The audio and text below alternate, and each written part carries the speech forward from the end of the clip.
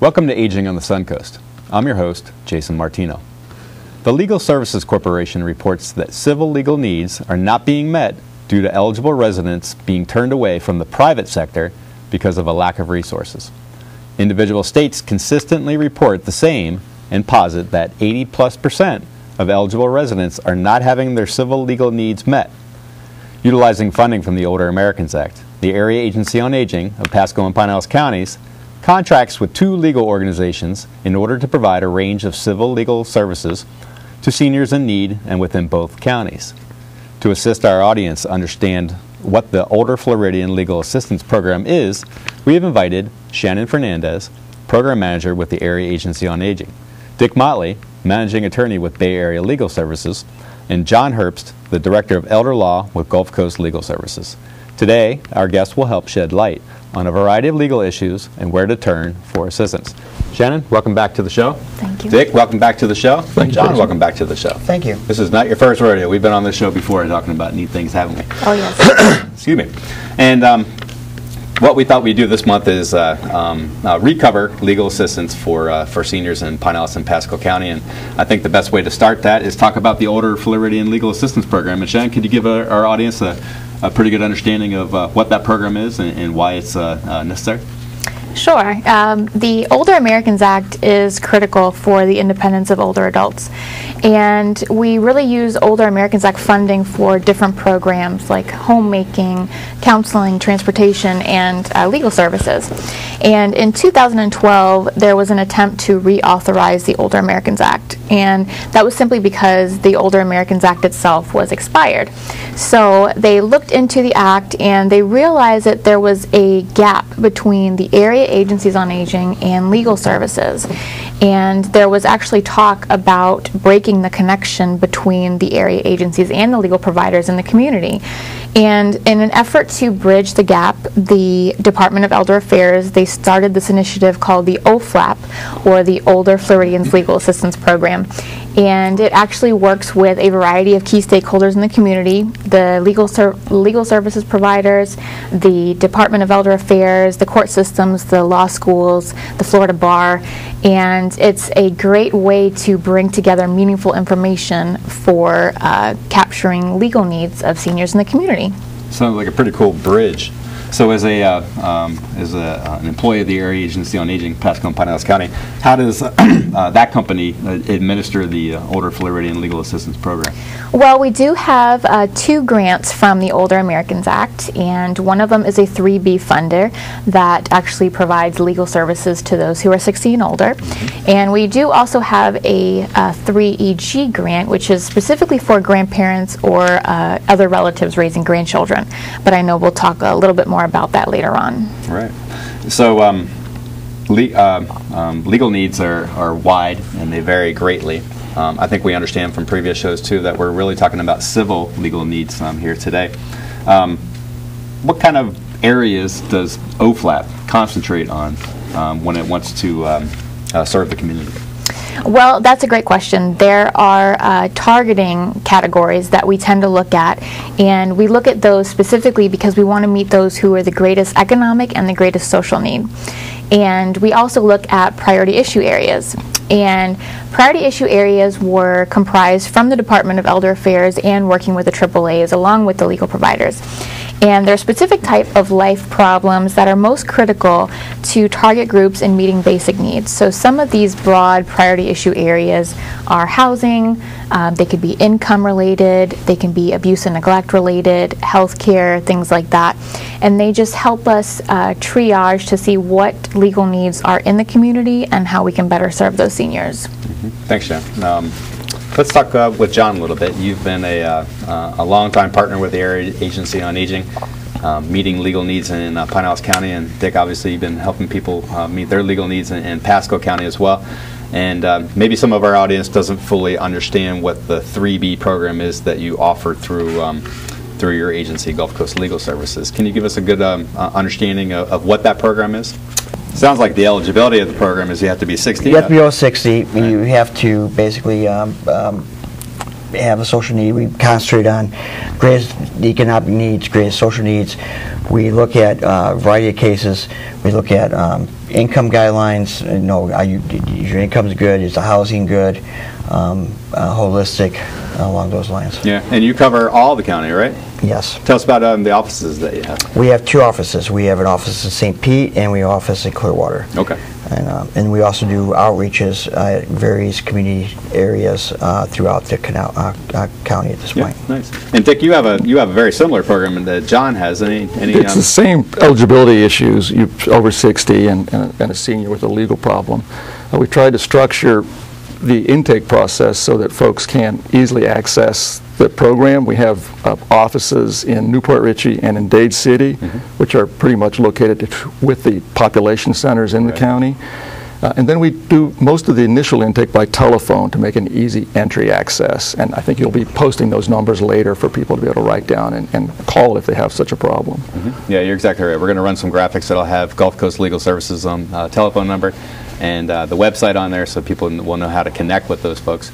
And I think you made a pretty good point as well, Dick, is that you guys have strategically put offices in locations with higher prevalence of senior to make people with maybe less mobility kind of needs to to be able to get to your office to serve. And that sounds the same way for St. Petersburg and your Clearwater office over there, is that in Pinellas County, that's where our highest population centers are of seniors in that area. And I know that your organizations not only just serve seniors, you're serving a whole diverse group of different people, bringing different legal matters to the table. And we also structure outreach to senior centers and dining sites when necessary to do intake for folks. Yeah. So not everybody gets all the information that they can from the TV. We have to kind of go out there and meet them, don't we? Yes.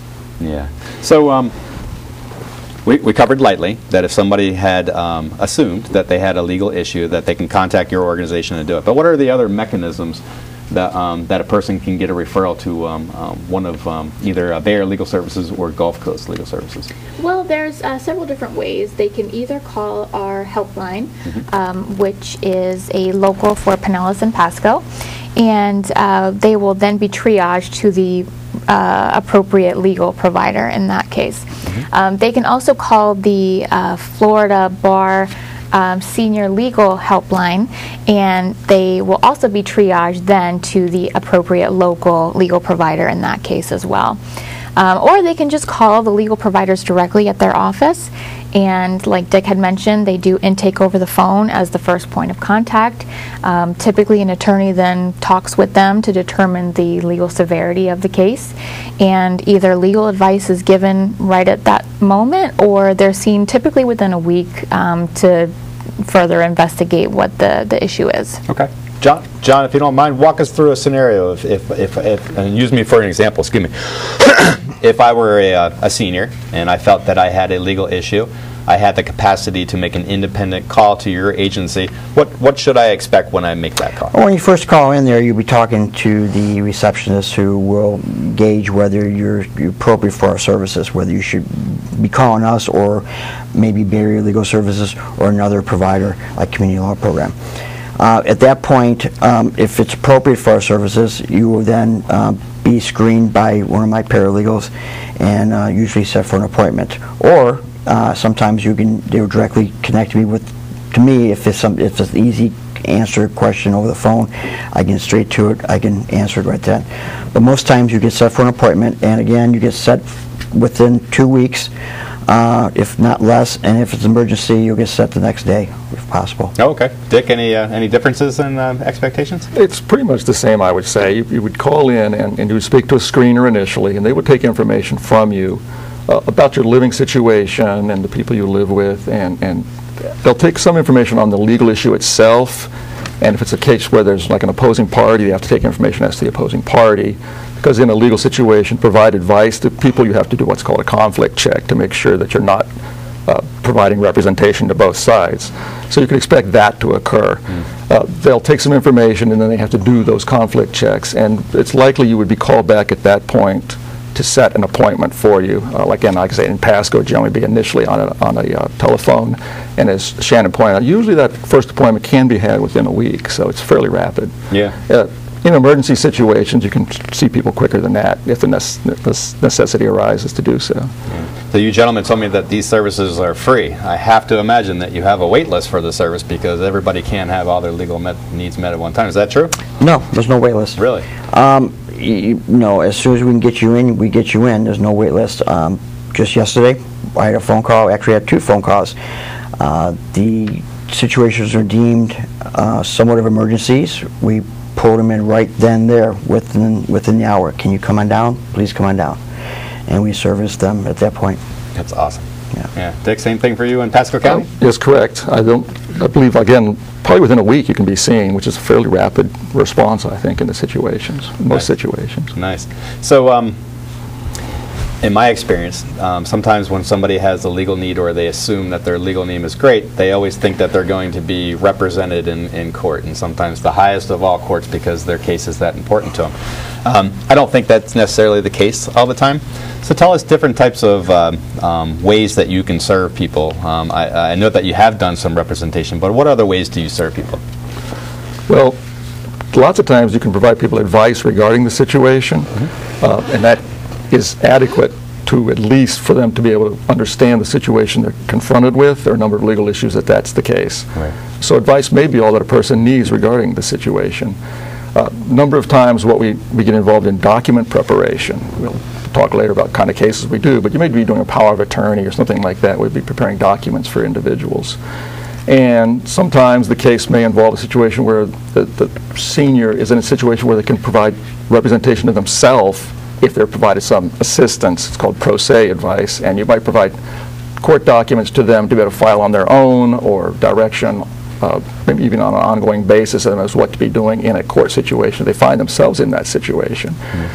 And again, we do provide representation, in-court representation for folks who do have the need for that to occur. Or it warrants it, yeah. John, anything different in Pinellas County? It's the same with us. You have everything from advice through full representation.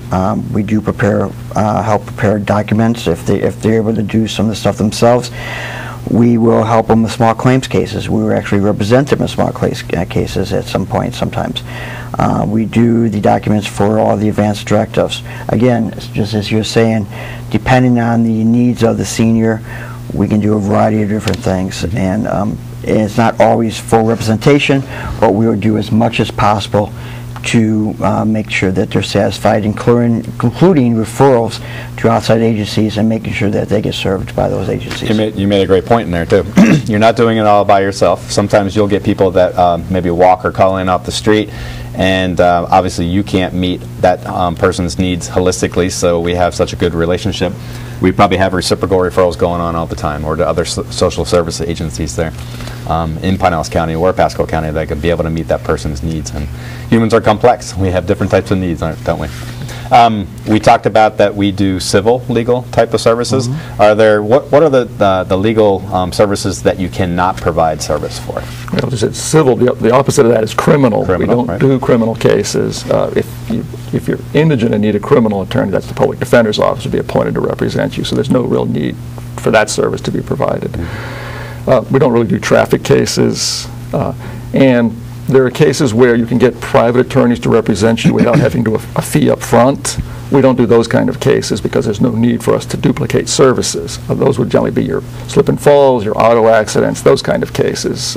We don't get involved in that area because there's just no need to provide services in that area. Yeah. So we try to concentrate on those areas that Shannon talked about earlier that have been identified as priority needs for the seniors, and those are the ones we really try to concentrate on. And there's a humongous amount of need out there just for civil legal needs, so you would have a lot on your hands if you were to take everything in. Okay, gentlemen, we're going to take a short break. Hopefully you guys will stick back with me too. Please stay with us while we take a short break. As usual, don't forget to have a pen or pencil ready. We'll be running contact information for both legal organizations during the break and at the end of our show.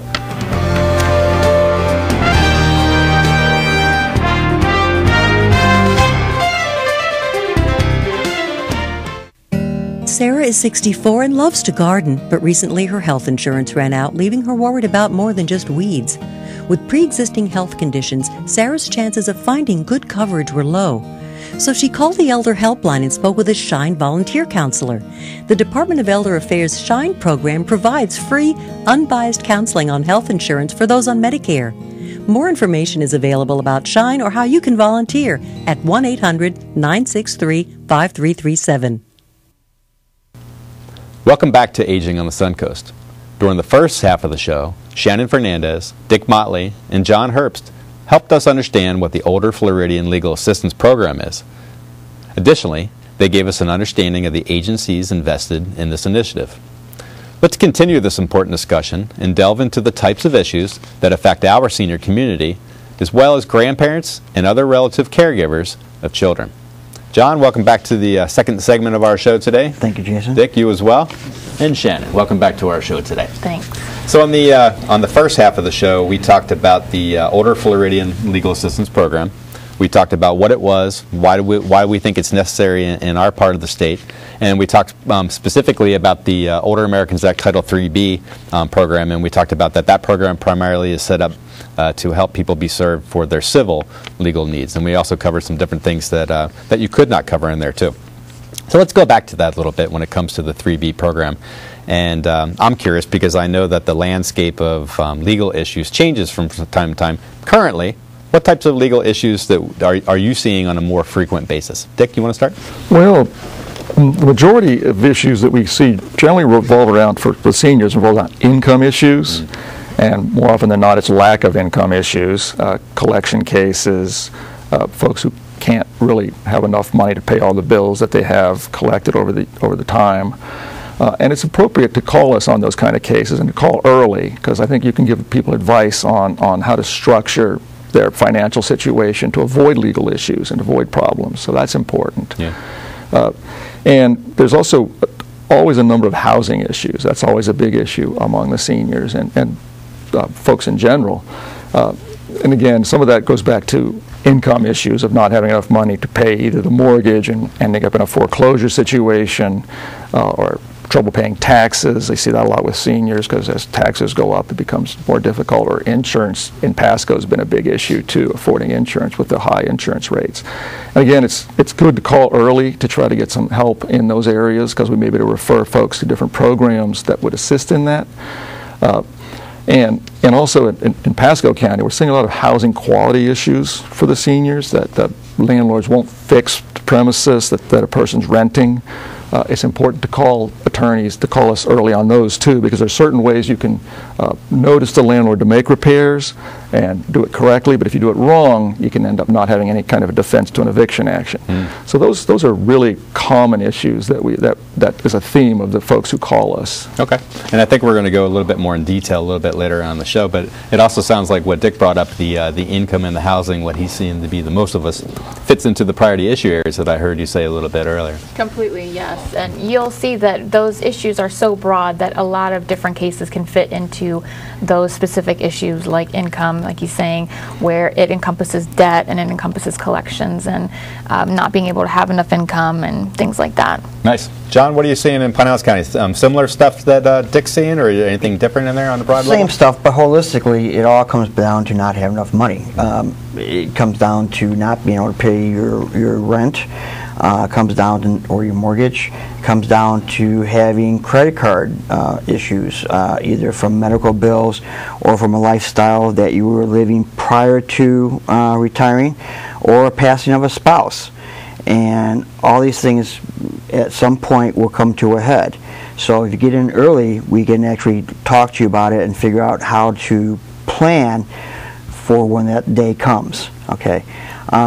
So like I said, you're saying the housing issues, the credit issues, the income issues, and then you got just the last days of your lives kind of issues, the advanced directives. You know, that's kind of important too. We see a lot of that also. Yeah. Planning for, you know, your living will, your DPOA, your durable power of attorney, and your healthcare surrogate stuff. Yeah, so we'll get into some intricates a little bit later, because I think that you all can probably paint a pretty good picture for others to understand the different types of things that you're seeing, and maybe they can relate to that. Let's shift gears a little bit. because when I was talking with Shannon a little bit earlier on how the Area Agency on Aging administers the Older Floridian Legal Assistance Program, she mentioned Older Americans Act Title 3B, and that's what we just got done talking about. But then she also mentioned Older Americans Act Title 3EG, and I know that we use a lot of jargon in our term, but really what that program, that falls under the National Family Caregiver Support Program, and that serves grandparents raising grandchildren and relative caregivers, and you all are the beneficiary of a contract with the Area Agency on Aging to do that too. Unique population. Tell us a little bit about your services towards that population. Well, it's an interesting grant in that usually we talked about on the 3B grant, you have to be 60 or older to qualify. Under the 3E Caregiver Act grant, you can be 55. And if you're 55 or older, you qualify for services under the grant for assistance. If you're raising or concerned about the custody or caregiving of a minor, generally be a relative minor, so it'd be a person under 18.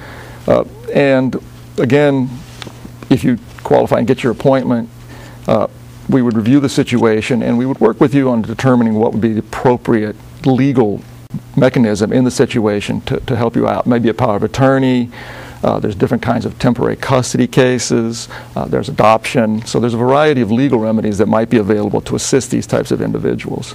Yeah.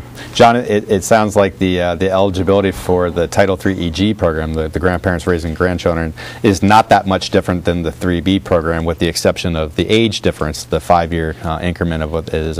When you're serving these individuals in Pinellas County, do you find that you could do it by yourself, or are you doing it with a host of different types of agencies to holistically serve those that family's needs? We're doing it with a host of all kinds of different agencies. And something else we want to add into that, also if the person is 55 and the other individual relative is a disabled, over 18 and disabled, we also serve that individual also. But yes, it's a holistic kind of approach to dealing with grandparents, because the issues are vast and wide. And the answers can be vast and wide. It could be concurrent, it could be temporary custody, it could be just as simple as a power of attorney. And we also rely on other agencies and other groups to help and provide, references and feedback and sometimes, money to help with the situations. Right. There's on a previous show we had Larry Cooper from the children's home that operates out of Hillsborough but serves Pinellas and Pasco County on there. And I know that they're a large organization and they're a leader throughout the Tampa Bay region in serving these families. They have a host of different things that they can help out with. And one of the things that we covered very lightly during that time was the ever-changing world of the laws that surround these types of families. What types of things, what are the laws doing to either prevent easy care for that child or enable easier care and choice making for these children? Well, there's a fairly new grandparent visitation statute, which makes contact possible in certain situations. Still pretty restrictive on when a court can order grandparent visitation. But it does exist now, so if you're interested in that kind of situation, then you probably should give us a call and get an appointment to discuss the possibility of that occurring. And there was the temporary custody statute that allows for a relative to get custody in a sort of simplified guardianship fashion, has been expanded to allow what's called concurrent custody, which allows both the parents and the senior caregiver to basically both maintain custody rights over the minor that's involved in the situation.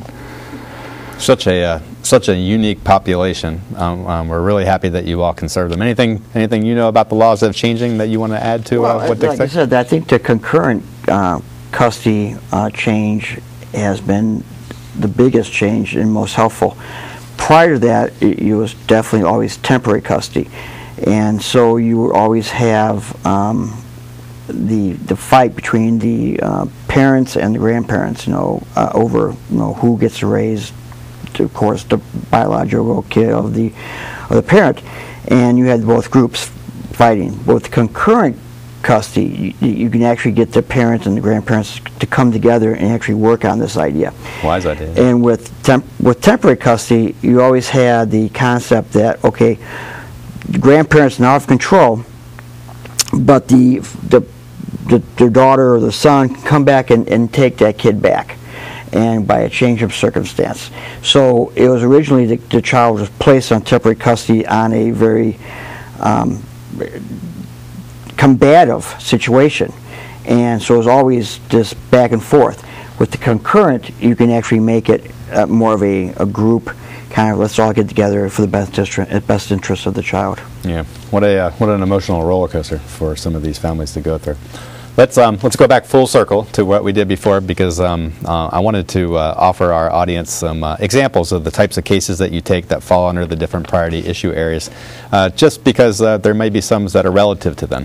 Part of our administration of this program is to help people understand what a civil legal issue is, and maybe this is a good modality for us to do that too. So John, you and I were talking just the other day about some of the different types of cases you take under income, and one of the things that you wanted me to highlight in here was debt, that you're seeing a lot of debt types of issues. Do you want to give an example of a different type of debt case that you've dealt with?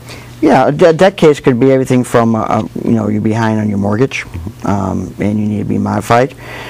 Debt case could also be just a simple, I haven't paid my credit cards and I'm not paying them, and now I'm being sued. A debt case could be a car that got repoed, and now there's a deficiency judgment, and now they're coming after them for that deficiency.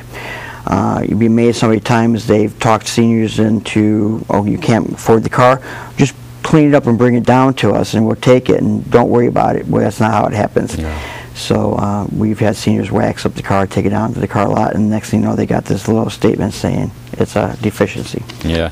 And Dick, you and I were talking not too long ago as well that you were seeing a lot of housing issues in Pasco County. Any case that is a hallmark case that you think is common in the area, or just a peculiar one that you've dealt with? Well, I think in general, though, again, I think housing quality issues are a serious problem. And so we've been working with different housing inspection units in the county and those kind of things to try to basically focus on getting improvements in housing conditions. And that's been somewhat successful, I think, to be able to help the seniors in that regard. Nice. And on the debt issue, when we talk about it, we talk about helping to be able to structure folks to be able to spend the money they have in the way they should. We can also work on trying to get folks more money, if that's a necessity, involved in Social Security, disability claims, basic public benefits issues. We can review those with folks too to see if there's a way to help increase income into the household. Nice. I'm glad that people know that there are resources for them out there.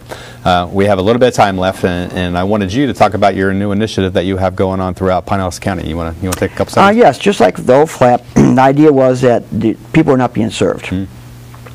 So from the from the American Bar Association all the way down to the Florida Bar, you have this idea that they want to increase services, okay, and they want to, and since there's no money to be thrown at, they want to increase services as efficiently as possible. Okay, so we start this system called SOS, Solutions on Site, where we were actually going on to different locations, sending out interns with iPads, and they are seeing seniors right there on these community centers, low-income community centers, and I am taking cases through the iPad and giving services right there. We've increasing our intake and inequality overall. That's great, John. That sounds like you're really able to access the community and serve them where these folks are, instead of always having to come to the thing. I appreciate Dick, you coming to our show today, and John, you coming to our show. Like I said, it's not your first rodeo. You've been back. And Shannon, thanks as always for coming to our show. We hope you enjoyed this month's broadcast. We also hope this episode was helpful to understand what legal issues seniors face, and just as importantly, where to seek help. We'll see you next month, and until then, have a happy and healthy September.